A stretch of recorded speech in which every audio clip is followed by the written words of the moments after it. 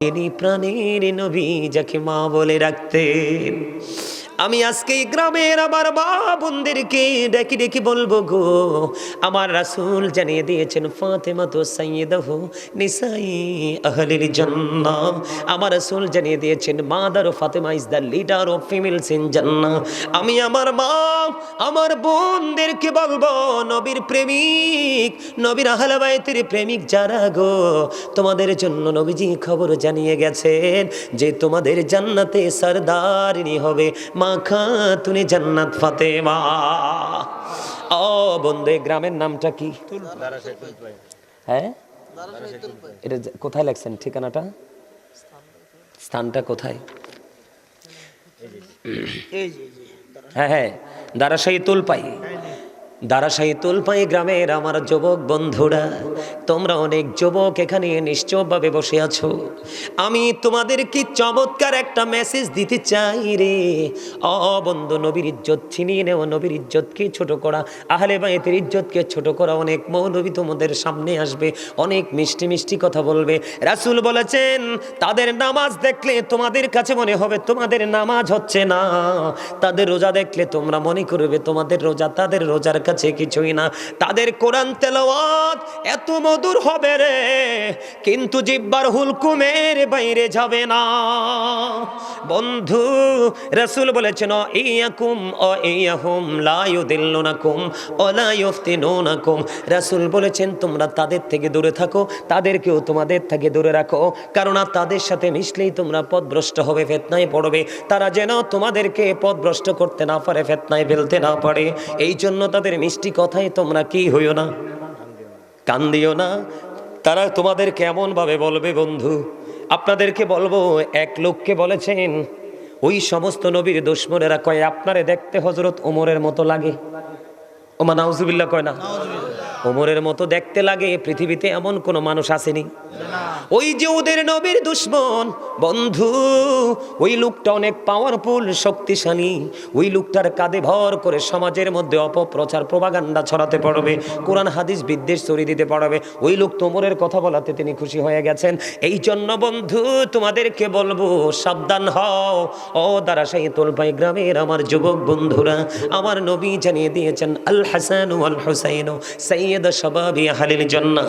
আমার রাসূল জানিয়ে দিয়েছেন বন্ধু, Imam Hasan and Husain are the leader of younger people in Jannah. Imam Hasan Hussain জান্নাতে যুবকদের সরদার লিডার হবে। তাহলে ইমাম হুসাইনের পক্ষে থাকার দরকার আছে না নাই? নবীর পক্ষে থাকার দরকার আছে না নাই? বন্ধু, তাদের চরিত্র ছিল অপূর্ব সুন্দর। ও বন্ধু, ইমাম হুসাইনের কাছে একদিন এক ভিক্ষুক আসলো। ভিক্ষুক আসার পরে সাহায্যের হাত বাড়িয়ে দিলেন। আসার পরে কিন্তু ওনার কাছে কোনো সাহায্য করার মতো কিছু নেই। তিনি বললেন তুমি অপেক্ষা করো, আমার কাছে যখন সাহায্য আসবে তোমাকে দিয়ে দিব। ভিক্ষুক সাহায্য প্রার্থী, তিনি ইমাম হুসাইনের দরবারে বসে রইলেন। কিছুক্ষণ পরে আমরা যেটা বলে 5 ব্যাগ টাকা। কয় ব্যাগ? হাদিস শরীফের মধ্যে এসেছে 5 থলে দিনার। কত দিনার? তার মানে আমাদের ভাষায় আপনাদের বোঝার জন্য বলবো 5 ব্যাগ টাকা। আসতে দেরি বন্ধু, একটি টাকা রাখলো না, একটা থলে রাখলো না, সবগুলো ওই সাহায্য প্রার্থীকে দিয়ে দেয়। জোরে জোরে বলুন না সুবহানাল্লাহ। বন্ধু, তোমরা জানো না ইমাম হাসান হুসাইন কত উদার ছিলেন। 2 ভাই একদিন সফরে বের হলো, হঠাৎ করে বন্ধু নজর দিয়ে দেখলেন দাড়ি পাকে এক মুরব্বী দাদু ভাই অজু করতেছে, কিন্তু 2 ভাই দাদুর অজুর দিকে তাকাইয়া দেখলেন দাদুর অজু তো হয় না। এবার 2 ভাই কি করলেন, সঙ্গে সঙ্গে তারা নামলেন। এক ভাই আরেক ভাইয়ের সাথে বুদ্ধি করে, ভাইজান বুদ্ধি করো না, দাদু তো ভুল করতেছে, দাদুর অজু তো হচ্ছে না, এখন কি করা যায়? ইমাম হাসান হুসাইন 2 ভাই ছিলেন অত্যন্ত বিচক্ষণ বন্ধুরি আমার। এবার 2 ভাই দাদুর কাছে চলে গেলেন, গিয়ে দাদুকে সালাম দিলেন, কেমন আছেন, এবং বাড়ি ঘরে সবাই কেমন আছে সদস্য সবাইকে বললেন। বলতে দেরি বন্ধু, বলতে দেরি রে। এবার দাদুকে বলল দাদু আপনি আমাদের দুই ভাইয়ের দিকে একটু নজর দেন, আমরা দুই ভাই মিলে অজু করব, আপনি বলবেন কার অজুটা বেশি সুন্দর। বন্ধু দুই ভাই মিলে অজু করা শুরু করে দিল, কারণ দাদুর অজুটা শরীয়ত সম্মত হয়নি, রাসূলের দেখানো সিস্টেম পদ্ধতি অনুযায়ী হয়নি। দুই ভাই মিলে বন্ধু অজু করলেন, অজু করতে করতে অজু শেষ হয়ে গেল। দাদুকে প্রশ্ন করা হলো, দাদু গো বলে দাও না কার অজুটা বেশি সুন্দর হয়েছে। এবার ওই বুড়ো দাদু একটা ডাক দিয়ে বলল, দাদু গো কে গো তোমরা, এত সুন্দর মিষ্টি তোমাদের চেহারা, এত নোরানি চেহারা, তোমাদের মুখের ভাষা মনে হয় মধুর চাইতেও মিষ্টি, কে গো তোমরা, কি তোমাদের বংশ পরিচয়? দাদু তোমরা দুই ভাই মিলে অজু করেছ, তোমাদের দুই ভাইয়ের অজু সুন্দর হয়েছে, কিন্তু আমি দাদুর অজুটাই হয়নি। কে রে তোমাদেরকে সুন্দর অজু শিখালো, কে রে সুন্দর অজু শিখালো? এবার তারা পরিচয় দিল, আমরা পৃথিবীর কোনো সাধারণ মানুষ নই, আমরা হলাম আপনার নবী রাহমাতাল লিল আলামিন, ওই কলিজার টুকরা হযরত আলী এবং ফাতেমা, রাসূলের কলিজার টুকরা হাসান হুসাইন দুই ভাই। জোরে জোরে বলুন না সুবহানাল্লাহ। ও যুবকের দল, তাদের চরিত্র যখন তুমি দেখবা রে, তুমি কোনো দিন তুমি নিজেকে ঠিক রাখতে পারবে না। তারাও তো তোমার মতো যুবক ছিল, তুমি কি করতেছো আর তারা কি করে গেছে একটু চিন্তা ভাবনা করতে হবে। কন্টিনিউ তারা তাহাজ্জুদের নামাজ পড়েছে, কোরআন তেলাওয়াত করেছে, জীবনে কোনো দিন মিথ্যার আশ্রয় নেয়নি। জোরে জোরে বলুন না সুবহানাল্লাহ, আরো জোরে বলুন না সুবহানাল্লাহ। বন্ধু তাদেরকে আল্লাহ রাব্বুল আলামিন কত ভালোবাসে রে। হঠাৎ করে একদিনে গ্রাম্য লোক, বন্ধু এগুলো কিতাব থেকে সংগ্রহ করা, বানানো নয়, হঠাৎ করে গ্রাম্য লোক মনে মনে নিয়ত করলেন রাসূলের দরবারে একটা হরিণ উপহার দিব। তখন গ্রাম্য লোকটা যেমন ভাবে নিয়ত করলেন ঠিক তেমনি ভাবে তিনি কি করলেন, হরিণের একটা বাচ্চা ধরলেন, বাচ্চা ধরে রাসূলের দরবারে দিলেন। অত্যন্ত সুন্দর, আপনার হরিণের বাচ্চা দেখছেননি?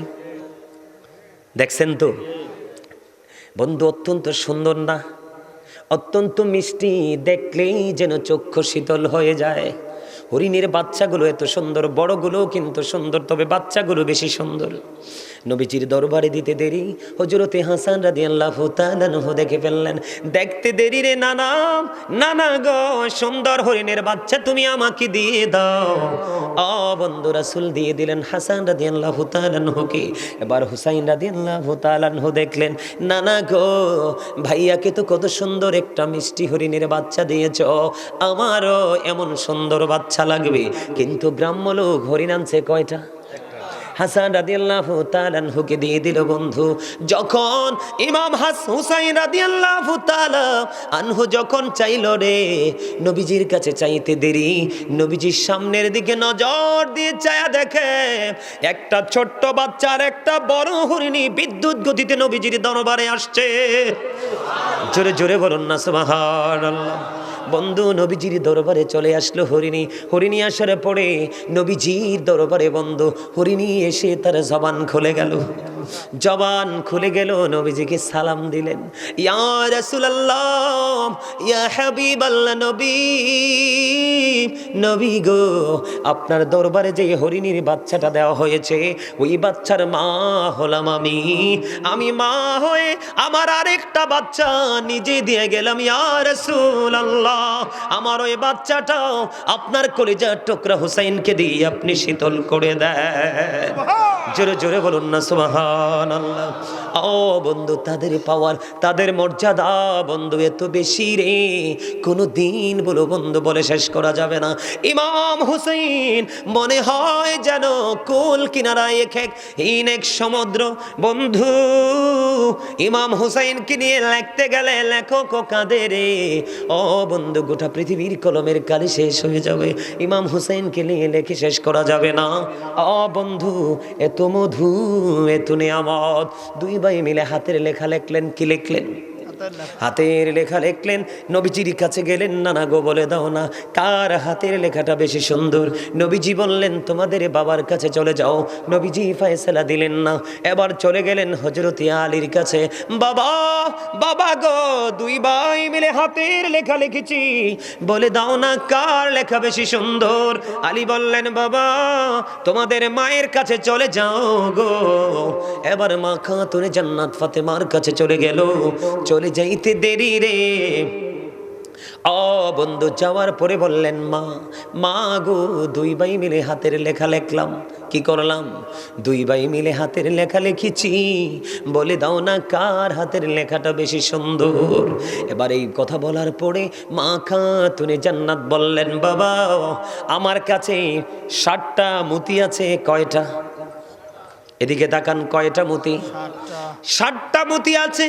মা খাতুনে জান্নাত ফাতেমা ডাক দিয়ে বললেন আমি তোমাদের সামনে একটা একটা করে মতি নিক্ষেপ করব, তোমরা যে বেশি কুড়াতে পারবা তার লেখা বেশি সুন্দর বলে গণ্য হবে। এই কথা বলার পরে বন্ধু মা খাতুনে জান্নাত ফাতেমা একটা একটা করে মতি নিক্ষেপ করতে শুরু করলো। একটা একটা করে মতি নিক্ষেপ করতে করতে করতে করতে বন্ধু দুই ভাই মিলে তিনটা করে 6টা কুড়ালেন। কয়টা? তিনটা করে 6টা কুড়ালেন। আর আছে কয়টা? একটা। বন্ধু আরেকটা মতি নিক্ষেপ করার আগে আখিরে সঙ্গে সঙ্গে আল্লাহ রাব্বুল আলামিন জিব্রাইলকে একটা ডাক দিলেন। জিব্রাইল জলদি করে যা রে ফাতেমার দরজায়। ফাতেমা যখন একটা মতি নিক্ষেপ করবে রে তখন তুমি একটা মতিকে 2 ভাগ করে 2 ভাইয়ের ভাগে দিয়ে দিও। যেমন কথা বন্ধু, এতক্ষণ মা ফাতেমা একটা করে মতি নিক্ষেপ করে আস্তে আস্তে করে 2 ভাই তিনটা করে 6টা কুড়িয়ে নিল। মা ফাতেমা নিক্ষেপ করতে দেরি রে, সঙ্গে সঙ্গে বন্ধু মুঠিটা 2টা টুকরা হয়ে গেল। 2 ভাই অর্ধেক করে কুড়িয়ে নিল। এবার মা ফাতেমা একটা ডাক দিয়ে বললেন বাবা গো তোমরা 2 ভাইয়ের হাতের লেখাই বেশি সুন্দর, সমান সুন্দর, কম আর বেশি নাই। জোরে জোরে বলেন না সুবহানাল্লাহ। তাহলে তাদেরকে আল্লাহ ভালোবাসে কি বাসে না? কথা বলেন না কেন? ইসমাইল আলাইহিস সালামের পায়ের গোড়ালিতে যদি জমজম হতে পারে, ইসমাইল আলাইহিস সালামের চাইতে দাম ইমাম হুসাইনের কম না বেশি? কথা বলেন না কেন? তাহলে 61 হিজরিতে কারবালা হলো। ইমাম হুসাইন যদি চাইতো কারবালাকে বন্যা হতে পারতো না।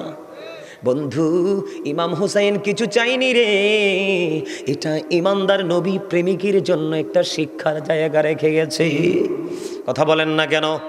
তুমি দুঃখ পেলেও যন্ত্রণা পেলেও শত্রুর সামনে মোকাবেলা করতে গেলেও তুমি কখনোই পিছপা হইও না। সত্যকে বিজয়ী করার জন্য শেষ পর্যন্ত তোমাকে দাঁড়ায়া থাকতে হবে। বন্ধুরে আমার 61 হিজরিতে কারবালা হয়েছে। আপনারা জানেন না ইয়াজিদের উপদেষ্টা যিনি ছিলেন, যার নাম ছিল শারজুন বিন মানসুরুর রুমি। আপনারা শুধু আমার বিষয়গুলো কথাগুলো আপনারা কাউট করবেন। ইহুদিরা মুসলমানের বন্ধু না শত্রু? আল্লাহ রাব্বুল আলামিন পবিত্র কালামে হাকিমে বলেছেন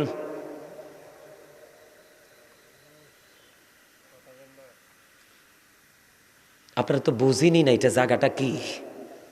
এই বাগানটা আপনাদের এলাকার ক্ষেত, আঞ্চলিক ভাষায় কইলাম কি ক্ষেত। এই যে জমি, এই যে নোংরা পাতা কোটা কত কিছু পইরা রয়েছে, ওই যেদিকে মোত্তাকের ঝোপ মনে হয়, সব কিছু না তো আমাদের জীবনে এগুলো লাগে তো, এমন তো না যে লাগে না। এটা আপনাদের এলাকার জমি, কিন্তু আজকে এটা জান্নাতের বাগান। আগামী কালকেও যখন আসবেন এখানে আসলে কোনো বেনিফিট নাই। আমি চলে যাওয়ার পরে মাহফিল শেষ হওয়ার পরে যখন সামিয়ানা খুলে ফেলবে এরপরে আসলেও বেনিফিট নাই। এটার দাম বাড়ছে কেন জানেন? আল্লাহ রাসূলের প্রেমের বাগান। এখানে আল্লাহ এবং আল্লাহর হাবিবের, আল্লাহর কুদরতি জবান, রাসূলের জবান মোবারকের যেই ভাষা, এগুলো কোরআন হাদিসের মাধ্যমে আমরা জেনেছি। সেই কোরআন হাদিসের কথা আমরা বলবো। এইগুলো বলার কারণে, এগুলো আমাদের সিনায় থাকার কারণে আল্লাহ আমাদেরকেও সাধারণ মানুষের চাইতে দামি বলে ঘোষণা দিয়েছে। কথা কন না কেন? আলেমদেরকে, হক্কানি আলেমদেরকে আল্লাহ নবী রাসূলের বংশধর হিসাবে ঘোষণা দিয়েছেন। তো নবী রাসূলের আওলাদের থাকে লগে থাকলে দাম কম না বেশি? আর মেয়ে শুধু বেশি নি, আল্লাহ রাব্বুল আলামিন বলতেছেন, join with my dear people, come to my paradise. Allah বলতেছেন, ফাদখুলি ফি ইবাদি ওয়াদখুলি জান্নাতি। আল্লাহ বলছে, আমার প্রিয় লোকেদের সাথে যুক্ত হও আর আমার জান্নাতে।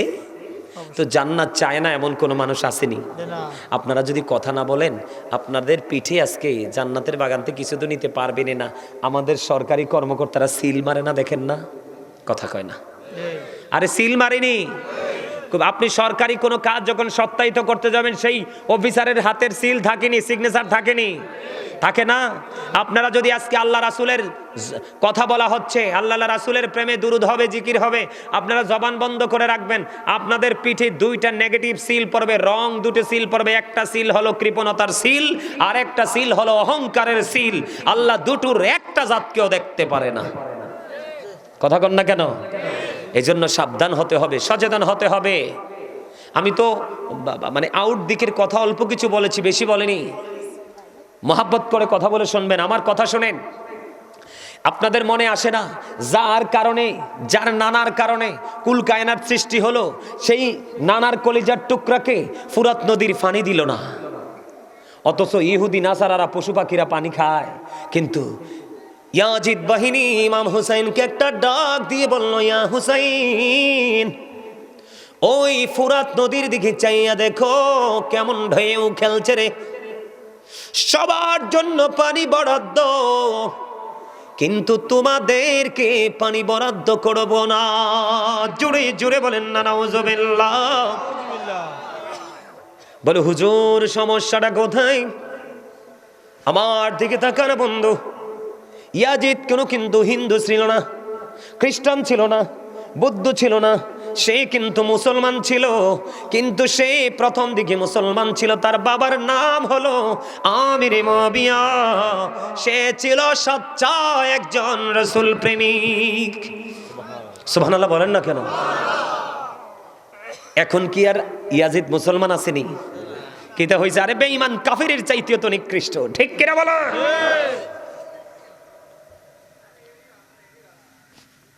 বন্ধুরে আমার, মন দিয়ে শোনেন, ইয়াজিদের চরিত্রটা কেমন ছিল। ইয়াজিদের পক্ষের লোক কিন্তু আছে এখন আমাদের দেশে, আছে না নাই? আমি নিজে শুনছি বন্ধু, নামের আগেই পিসাব বলে।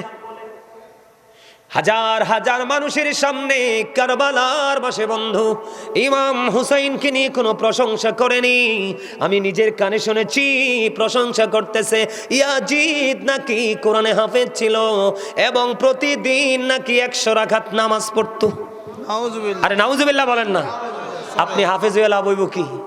আপনি 100 না 1000 রাকাত নামাজ প্রতিদিন পড়লে লাভ হইব কি? আপনার তো ইমানে নাই। কথা বলেন না কেন?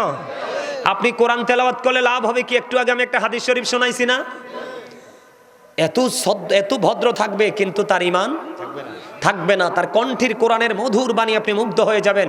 রাসূল বলেছেন তার সিনায় নাই কোরআন, শুধু জিহ্বার বাইরে, জিহ্বার এরিয়াটার মধ্যে। জোরে জোরে কন্না নাউজুবিল্লাহ। বন্ধুরে আমার, আগে আমি কোরআনের 2টা আয়াত আপনাদেরকে শোনাবো শুধু বেঈমান সম্পর্কে। আল্লাহ রাব্বুল আলামিন পবিত্র কালামে হাকিমের মধ্যে বলেছে, ইন্নাল কাফিরিনা কানু লাকুম আদুওয়াম মুবিনা। আল্লাহ রাব্বুল আলামিন বলেছেন, the heretics are the eternal enemy of the believers. ঈমানদারদের প্রকাশ্য শত্রু হলো বন্ধু বেঈমানেরা। নাউজুবিল্লাহ কইতেন না? এখন বেঈমান সম্পর্কে আল্লাহ আরো বলেছেন, উইদ্দাত লিল কাফিরিন, তাদের আরেক নাম হলো তারা কাফের। আল্লাহ কাফেরদের জন্য বরাদ্দ করে রেখেছে অনন্তকাল তারা থাকবে জাহান্নামে, যে বর্ণনা দিয়ে শেষ করা যাবে না। ও বন্ধু, এইরকম একজন লোক ছিল ইয়াজিদের উপদেষ্টা, যার নাম ছিল বন্ধু শারজুন বিন মানসুরুর রুমি, যিনি ছিলেন একজন ইহুদি। আপনারা এখন দেখেন ইসরায়েল আর ফিলিস্তিনের দিকে নজর দিয়ে দেখেন বন্ধু, কোন কুকুর কেমনে কামড়ায় না, ঠিক কিনা বলেন? কোন কুকুর এমনি ভাবে আর একটা কুকুরের সামনে থেকে খাবার ছিনিয়ে নেয় না। যেমন ভাবে বন্ধু ফিলিস্তিনের নারী এবং ছোট ছোট অবলা শিশুদের উপর নির্যাতন চালিয়ে চালিয়ে বন্ধু তাদেরকে মেরে ফেলছে। কিন্তু ইহুদিরা জানে না, আমার মাওলার শক্তি হলো বড় শক্তি। যেদিন আল্লাহ বলবে কোন ফিনিশ হয়ে যাও, ফায়াকুন সঙ্গে সঙ্গে হয়ে যাবে। তার কারণ হলো আল্লাহু খায়রুল মাকিরিন। শ্রেষ্ঠ ক্ষমতার মালিককে, শ্রেষ্ঠ কৌশলের মালিককে। আল্লাহ ছাড় দেয়, ছেড়ে দেয় না। ঠিক তেমনি ভাবে ওই ইয়াজিদ বাহিনীকে যিনি উপদেশ দিয়েছিলেন, আজকে বন্ধু লজ্জা লাগলো, আরবের একটা কান্ট্রিতে দেখলাম বাংলাদেশের নরেন্দ্র মোদি, ভারতের নরেন্দ্র মোদি সেই বিশাল আরব কান্ট্রিতে বিশাল বন্ধু মন্দির উদ্বোধন করছে। দেখবেন আপনারা ইন্টারন্যাশনাল মিডিয়াগুলোতে বন্ধু এসেছে। ইহুদিরা কিন্তু চক্রান্ত করছে মুসলমানকে কি করার জন্য? গায়েল করার জন্য। মুসলমানের সংখ্যা কিন্তু আগের তুলনায় অনেক বেড়ে গেছে বন্ধু, কথা বলেন না কেন? এটা কিন্তু আমাদের জন্য বিশাল বিজয়ের এক সম্ভাবনা। এখন দেখবেন টিভি খুললে বিভিন্ন ইউরোপ কান্ট্রিতে বন্ধু, বিভিন্ন ইউরোপ কান্ট্রিতে উন্নত দেশগুলোর মধ্যে মেয়েদেরকে, মহিলাদেরকে বন্ধু প্রণোদনা দিচ্ছে। তুমি যদি এতটা বাচ্চা প্রসব করতে পারো, একটা বাচ্চা প্রসব করলে রাষ্ট্রীয় সুবিধাগুলো ভোগ করবা। তাদের এই বাচ্চা প্রসব মূল টার্গেট নয়, তাদের মূল টার্গেট হলো মুসলমানের জনগোষ্ঠীকে ওভারটেক করে, তাদের জনগোষ্ঠী বৃদ্ধি করে মুসলমানের সবচেয়ে বড় শক্তিকে ধ্বংস করা। বিজয়ী কি তারা হতে পারবে? আপনাদেরকে বলি বন্ধুরে আমার, 557 সনের খবর এখান থেকে আবার শুরু করব। টাইম আসেনি? আচ্ছা চলো, ওয়াজ চললে সমস্যা নাই তো? আপনারা কোনো বিরক্ত হবেননি আবার? আমার কিন্তু যদিও প্যান্ডেলটা আইসা সত্যি আমার পছন্দ হয় নাই, অহংকার করে কই নাই। আমার এই পাগলার ফোন পাইয়া আমি মনে করছি একটা মোটা সুটা বড় একটা প্রোগ্রাম হইব না, ইয়ে দিয়ে একবারে শুরু। আমারে কইতেছে হুজুর টেনশন করেন না, সবটি প্রেমিক। সুবহানাল্লাহ কন্যা আমারে কিন্তু আইতে আইতে কইছে হুজুর মন খারাপ করেন না, 99% প্রেমিক। কার প্রেমিক? রাসূল প্রেমিক। কারণ রাসূল প্রেমই হলো ঈমান। আলা আলা ঈমান আল ঈমান লা মুহাব্বাতা লা। নবীর প্রেম নাই তো কিচ্ছু নাই। আপনি দেখেন নবী ছাড়া কি কোরআন বুঝতে পারা সম্ভব? হাদিস বোঝা সম্ভব? নামাজ সম্ভব? রোজা সম্ভব? কোনো কিছু সম্ভব না। আপনার মিজানের পাল্লার জন্য যেই পুঁজি প্রয়োজন, প্রত্যেকটা পুঁজি আপনি নিতে হলে রাসূলকে প্রয়োজন, মাস্ট বি। ঠিক কেনা বলায় আরো জোরে। আরে কি মনে করছেন রাসূল কয় I am from the light off Allah and everything has been created from my light. আমি আল্লাহর নূর থেকে, সৃষ্টির সব আমি নবীর নূর মোবারক থেকে। সুবহানাল্লাহ কন্যা। নূর কইলে তো অনেকে মন খারাপ করে, কিন্তু ওয়ার্ড মিনিং তো জানে না, শব্দের অর্থ জানে না। এখন আমি কি করব বলেন তো? আচ্ছা এটা কি আলো না? এই লাইটটা দেওয়ার কারণে কি অন্ধকার দূর হয়ে গেছে না? এটাই তো নূর। এটা কি নূর? শব্দটা চেঞ্জ, ওয়ার্ডটা চেঞ্জ। বাংলাতে বলতে হবে আলো, আরবিতে বলতে হবে নূর, ইংলিশে বলতে হবে লাইট। নবী আসার কারণে পৃথিবীকে অন্ধকার হয়েছে না আলো হয়েছে? আরো জোরে। তো এটা নূর না? তো আপনারা মন খারাপ করেন কেন? বোঝার সমস্যা না?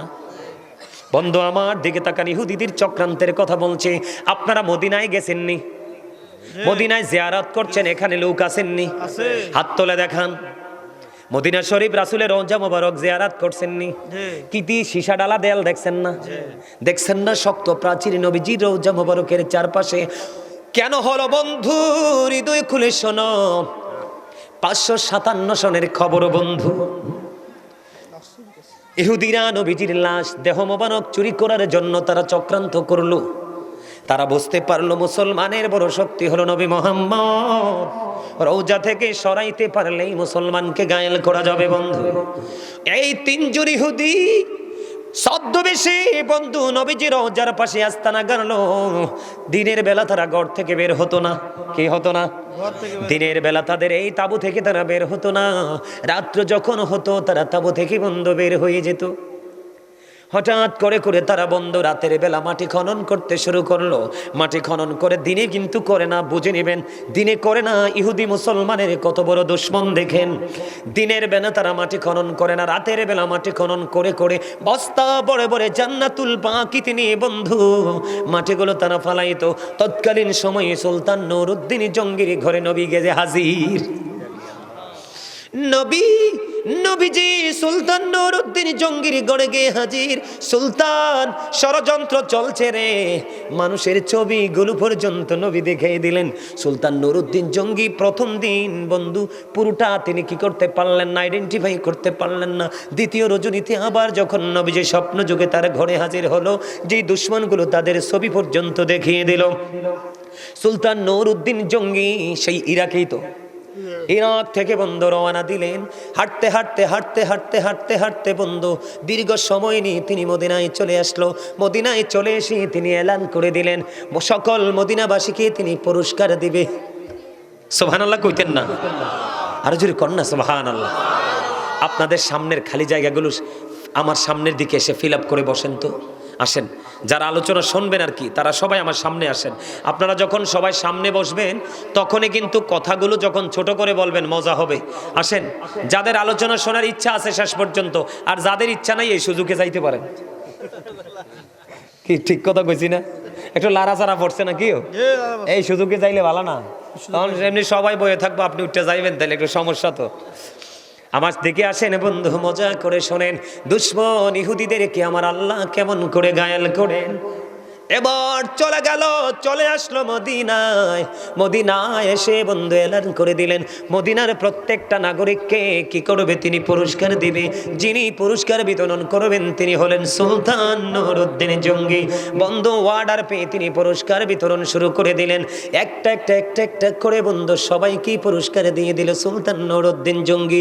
ওই যে গভীর রজনী প্রাণের নবী স্বপ্ন যোগে বন্ধু ওই যে দুশ্মনগুলোর চেহারা দেখালেন, ওই মানুষগুলোকে সুলতান নুরউদ্দিন জঙ্গি পাইলেন না। আপনার এলাকায় নবীর প্রেমিক আছে না নাই? আছে। এখন যদি গাজী সুলাইমানকে কেউ কিছু বলে, আপনারা যারা প্রেমিক তারা ছাড়বনি? ছাড়বে না। তার কারণ হলো এই কারণে, সেই কিন্তু মূলত গাজী সুলাইমানকে ভালোবাসা না, তার ভালোবাসা হলো গাজী সুলাইমানের হৃদয়ে ভরা নবীর প্রেম। হানি হতে পারে না, ঠিক কিনা বলে? এবার বন্ধু সুলতান নুরউদ্দিন জঙ্গি প্রশ্ন করলেন, আর কি কোনো লোক পুরস্কার থেকে দূরে আছে কিনা? আমার পুরস্কার পাইনি এমন কোন লোক আসেনি? কই হুজুর আছে গো। কয় কোথায় রে? কয় তারা হলো অত্যন্ত ভদ্র মানুষ। নাউজুবিল্লাহ কন্যা। কেমন শয়তান দেখেন। কয় তারা অত্যন্ত জেন্টেল ভিআইপি পারসন। কয় কেমন ভিআইপি? কয় তারা দিনের বেলা বের হয় না, তারা সারা দিন আল্লাহর ইবাদতে থাকে। কয় ইবাদত হইল নবীর রওজা থেকে নবীজিকে সরানো। জোরে জোরে কন্যা নাউজুবিল্লাহ। সুলতান নুরউদ্দিন জঙ্গি কিছু বললেন না। কই তোমরা সবাই আমার সঙ্গে চলো, ওই লোকগুলোকে আজকে পুরস্কার দিতে হবে। যখন বলেছেন নবীজির রওজার কাছে ওরা অবস্থান করতেছে, সুলতান নুরউদ্দিন জঙ্গি বললেন আমার বসতে আর বাকি রইল না, ওইগুলোই হলো আমার নবীর কাল দুশ্মন। এবার সুলতান নুরউদ্দিন জঙ্গি বন্ধু চলে গেলেন। যাইতে যাইতে যাইতে যাইতে যাইতে যাইতে আবার বললেন তোমরা কে গো, ভিতরে আসো, বের হয়ে আসো। বের হয়ে আসলেন অত্যন্ত ছদ্মবেশে, সাধু লোকের বেশে, ফরেজগারের বেশে বন্ধু বের হয়ে আসলো। বের হয়ে আসার পরে বললেন তোমাদের বিছানাটা সরাও। আমাদের দেশে অনেক মৌলবী আছে, কই নবী বলে কিচ্ছু জানে না। এখন এখান থেকে কি বোঝা যায়? নবীজির কাছে সব খবর আছে না নাই? নবীজি মদিনায়, সুলতান নুরউদ্দিন জঙ্গি বন্ধু কোথায়? নবীজি কেমন করে চলে গেলেন সুলতান নুরউদ্দিন জঙ্গির ঘরে। নবীজির এই পাওয়ার আছে না নাই? পাওয়ারটা দিছে কে? আল্লাহ। বন্ধু শাহজালাল মুজাররাদিয়া মনি যদি সিলেটের সুরমা নদী যায় নামাজ বিছিয়ে পার হতে পারে আল্লাহর ওলি হইয়া, তাহলে যিনি নবীদের নবী ইমামুল মুরসালিন, ওনার কাছে তো সর্বোচ্চ পাওয়ার দিয়ে আমার আল্লাহ পাঠাইছে। ঠিক কিনা বলে? এবার বন্ধু কি করলেন? কয় তোমাদের বিছানাটা সরাও। বিছানাটা সরালেন। সরানোর পরে দেখলেন বন্ধু তৎকালীন সময় কিন্তু আমার সাথে আলেমরা আছে, আমার চাইতে যোগ্য এবং দক্ষ আমি সবাইকে মনে করি। আমি নিজেকে কখনোই বড় মনে করি না, মানুষ ভালোবেসে দাওয়াত দিয়ে আসি। বন্ধু আমার চাইতে যোগ্য দক্ষ আপনাদের মাঝে আর থাকতে পারেন আছেন। বন্ধুরি আমার তৎকালীন সময়ে কিন্তু তক্তা ব্যবহার করা হতো। কি এখন দেখলেন কাঠ, মোটা মোটা কাঠের তক্তা বন্ধু। তখন বললেন তক্তাগুলো সরাও। তক্তা সরাইয়া দেখে রে আজকে রাত্রটা যদি সুযোগ পাইতো নবীজিকে তখনই রওজা মুবারক থেকে আজকেই বন্ধু সরিয়ে ফেলতে পারতো। কিন্তু আল্লাহর প্রিয় হাবিব, যার নাম আল্লাহ নিজে রেখেছেন হাবিবুল্লাহ, আল্লাহ যেখানে রাসূলকে সেখানেই তিনি রেখেছেন, এমন হাবিবের সাথে বেয়াদবি আল্লাহ সহ্য করবে না। ওই যে বলেছি আল্লাহ সময় মতো বলবে কোন ফায়াকুন, হয়ে যাও। সাথে সাথে ফিনিশ। এবার বন্ধু রাতের বেলা মাটিগুলো খনন করে জান্নাতুল বাকিতে নিয়ে ফালাইতো। এই বন্ধু দৃশ্য দেখতে দেরি রে ও বন্ধু, সঙ্গে সঙ্গে কি করলেন, ওই ইহুদিদেরকে বন্ধু তাৎক্ষণিকভাবে বেঁধে দিবালোকে নবীজির রওজার পাশে তাদেরকে দিনের বেলা আগুন লাগিয়ে পুড়িয়ে ছাই করে দিল। জোরে জোরে বলেন আলহামদুলিল্লাহ। এই যে আগুনে পুড়িয়ে দিল বলে হুজুর কতটা যুক্তিযুক্ত। আমার পাশে আলেমরা বসে আছেন। আলী রাদিয়াল্লাহু তাআলা আনহু থেকে হাদিস বর্ণিত, আমার নবী বলেছেন ক্বালা মান সাব্বা নাবিয়া ফাকতুলহু ওয়া মান সাব্বা সাহাবী ফাদরিবহু। নবীর ইজ্জতের চাদর ধরে যারা টান দিবে, নবীকে যারা গালি দিবে, নবীর আজমতে যারা আঘাত করবে, নবীজি বলেছে উম্মত তাকে সঙ্গে সঙ্গে হত্যা করে ফেলো। সাহাবায়ে কেরামকে গালি দিলে, সাহাবীদের ইজ্জত নিয়ে টানাটানি করলে তাদেরকে তোমরা বাইন্দা পিটাও। হাদিস শরীফ। ওমা ডরাইছেন নি কোনো? অগল কই নবী কি কইছিনি মারতো? আরে নবী শেষ কইছে দইরা, কইছে একবারে সেচ্চা ফিনিশ করে দাও, একবারে মাটির তলে। কোথায়? আরে মিয়া বুখারীতে এসছে হাদিস খানা, নবীজির সাথে বেয়াদবি করার কারণে এক খ্রিস্টানের 3 দিন মাটি দেওয়ার পরে 3 দিনে মাটিটাকে আউট করে দিয়েছে। সর্বশেষে খ্রিস্টানের লাশ তার আপন স্বজনরা মাটির বাইরে ফেলে চলে গেছে। কইটা পৃথিবীর কোনো মানুষের কাজ না, স্বয়ং গডের কাজ। নবী এমন পাওয়ারফুল জিনিস আপনারা তো বুঝেন না। কারণ নবীজি কত বড় নিয়ামত চর্চা করে। সারা পৃথিবীর পানিকে যদি কালি বানানো হয়, সারা পৃথিবীর গাছকে যদি কলম বানানো হয়, কোনোদিন নবীকে নিয়ে লিখে শেষ করা যাবে না, কিন্তু গাছ আর কলম শেষ হয়ে যাবে। তাহলে কি বুঝলেন এবার? বন্ধু তাদেরকে পুড়িয়ে ফিনিশ করে দিল। ফিনিশ করতে দেরি নবীজির কদমে পড়ে সুলতান, কান্দে নবী গো, ও প্রাণের নবী গো, আমার যদি কোনো গোস্তাকি বা বেয়াদবি হয়ে থাকে গো, নবী আমাকে ক্ষমা করে দিয়েন। বন্ধু আবেগ আপ্লুত হয়ে সুলতান নুরুদ্দিন কাঁদতে কাঁদতে কাঁদতে কাঁদতে বন্ধু একেবারে এমন ইমোশনাল হয়ে গেলেন বন্ধু, যেটা বলা যায় না। তারপরে সেই সময়ে 557 সনে নবীজির রওজার চারপাশে সীসা ডালা দেওয়াল করা হয়েছে। জানে তারা পৃথিবীর কোনো কুচক্র যেন কোনো দিন রওজা মোবারক থেকে নবীজিকে নিতে না পারে। জোরে জোরে সুবহানাল্লাহ। ঠিক তেমনি ভাবে বন্ধু আজ পর্যন্ত ইহুদিরা চক্রান্ত করছে। যেমনি করেছিলেন 61 হিজরিতে, যিনি জান্নাতে যুবকদের সর্দার হবে 2 ভাই, ইমাম হাসান হুসাইন 2 ভাই নবীজির কলিজার টুকরা। এই যে বন্ধু আবারও আসছে ইহুদির কাছে। তার নাম ছিল বন্ধু শারজুন বিন মানসুর রুমি, যিনি ইয়াজিদের উপদেষ্টা ছিল। তার কাজ ছিল বন্ধু দিনের বেলা বানর নাচানো, রাত্র যখন হতো মদের আসর বসাতো। অসৎ নারী কিন্তু যুগে যুগে ছিল। কথা কন না কেন? তারা শুধু বেগানা পুরুষ খুঁজতো, কিছু নষ্ট পুরুষ আছে, তারাও কিন্তু নষ্ট কিছু নারী খুঁজতো। ঠিক বন্ধু ইয়াজিদের উপদেষ্টা শারজুন বিন মানসুর রুমি, এই জন্য বলি ইয়াজিদ ইজ ক্যারেক্টারলেস। কথা বলেন না কেন? ইয়াজিদ হলো 100% চরিত্রহীন। রাত্র যখন হতো মদের আসর বসানো হতো, অসৎ নারীদেরকে নিয়ে নাচানাচি যা করার তাই করতো। জোরে জোরে বলেন না নাউজুবিল্লাহ, আর জোরে বলেন না নাউজুবিল্লাহ। তবে ইয়াজিদের কৌশল কিন্তু এখনো পৃথিবীতে কিছু লোক ব্যবহার করতেছে। ইয়াজিদ কিন্তু প্রকাশ্যে কিন্তু মসজিদ ভাঙ্গে নাই, প্রকাশ্যে কোনোদিন মাদ্রাসা ভাঙ্গে নাই, কোনোদিন সে প্রকাশ্যে কোরআনের উপর আঘাত করে নাই। তার ইয়াজিদিয়াত হলো মুখে হলো ইসলামের কথা, আর অন্তর থেকে ইসলামকে ধ্বংস করার পায় তারাই হলো ইয়াজিদিয়াত। ঠিক কিনা বলেন বন্ধুরে? আবার এমন করে করে বন্ধু ইয়াজিদ আস্তে আস্তে করে ইয়াজিদকে গায়েল করলেন, পৃথিবীর লোভ লালসা দেখালেন। 61 হিজরিতে বন্ধু কারবালাটা হলো। 63 হিজরিতে বন্ধু 3 দিন ইয়াজিদ বাহিনী কি করেছে? মসজিদে নববীর মধ্যে আজান দিতে দেয়নি। মসজিদে নববীর মধ্যে বন্ধু ঘোড়া রাস্তা বল বানিয়েছে, আজান দিতে দেয়নি, নামাজ পড়তে দেয়নি। যেই মসজিদে নববীতে নামাজ পড়লে 50,000 রাকাতের সওয়াব। জোরে জোরে কন্যা সুবহানাল্লাহ। বন্ধু তোমরা জানো না, এই 63 হিজরিতে ইয়াজিদ বাহিনীর তাণ্ডবে ওই তৎকালীন সময়ে 1000-এরও বেশি নারী রে ইয়াজিদ বাহিনীর তাণ্ডবে অবৈধ সন্তান প্রসব করেছে। জোরে জোরে বলেন না নাউজুবিল্লাহ। আপনারা বলেন তারপরেও কি ইয়াজিদের চরিত্র নিয়ে কথা বলা যাবে না? কথা কন না কেন? এমন একটা চরিত্রহীন। আমি মাঝখান দিয়ে একটু জায়গা রেখে এসেছি। আচ্ছা, মদ কি হালাল না হারাম? আল্লাহর কোরআনে আল্লাহ রাব্বুল আলামিন বলেছেন, ইন্নামাল খামরু ওয়াল মাইসিরু ওয়াল আনসাবু ওয়াল আজলামু রিজসুম মিন আমালি শাইতান। আল্লাহ বলেছেন মদ, জুয়া। আপনাদের এলাকায় জুয়া খেলুন না, আসেনি? জুয়া খেলতে খেলতে বিবির শাড়ি পর্যন্ত বন্ধক দেয়, শেষ পর্যন্ত বিবি পর্যন্ত বন্ধক দিতে বাধ্য হয়। তার কারণ হলো তার মস্তিষ্কটা বিকৃত হয়ে যায়। আল্লাহ বলেছেন বন্ধু, মদ, জুয়া, মূর্তি। আমাদের দেশে মূর্তি আছে না নাই? মূর্তির পিছনে মুসলমানের বাচ্চা দৌড়ায় কি দৌড়ায় না? এ বন্ধু, মদ, জুয়া, মূর্তি, ভাগ্য গণনা করা, রাশি গণনা করা, এগুলো ঘৃণ বস্তু, শয়তানের কাজ। জোরে জোরে কন্যা নাউজুবিল্লাহ। এটা আমার কথা না, আল্লাহর কথা। কেউ রাগ হইলে কিছু করার আসেনি? হ্যাঁ, আল্লাহ কয় অকুল কাউলান সাদীদ। আল্লাহ বলতেছে সে দা রাইট থিং, সত্য কথা বলো, সঠিক কথা বলো।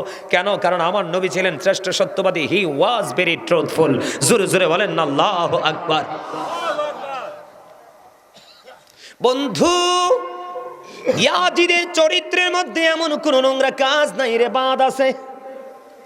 নারীদের কিনে নষ্টামি করা থেকে দূরে, মদ খাওয়া থেকে দূরে, নোংরা কাজ থেকে খুন করা। দেখবেন আমাদের সুন্নি জামাতের আলেমদের উপর আঘাত বেশি আসে।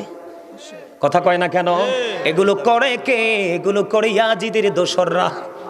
কথা কন না কেন? আরো জোরে। আপনারা বিশ্বাস হয় না? জীবনে শুনছেননি কোনোদিন কোন সুন্নি সংগঠন কোন বাতিলের গায়ে হাত দিতে? কিন্তু সুন্নিরা রাতের অন্ধকারে আঘাতপ্রাপ্ত হয়। এগুলো যেমনি করে ওই যে রাসূলের আহলে বাইতকে আঘাত করেছিল, ঠিক ধারাবাহিকতা তারা এখনো পর্যন্ত ধরে রাখে। দেখবেন নবীর প্রেমিক কথা বললেই কিন্তু তাকে 4টা 5টা সে ধরতে চায়, কিন্তু 7টা নবীর প্রেমিকের কাছে কিন্তু 100 না 1 কোটি আসলেও লাভ নেই। বাংলাদেশের ইতিহাসে একটা নজিরবিহীন ঘটনা আছে, সেটা হলো বাংলাদেশের ইতিহাসে এই পর্যন্ত কোনো নবীর প্রেমিকের সাথে বাহাস করে কোনো বাতিল জিততে পারে নাই। কথা বলেন না কেন?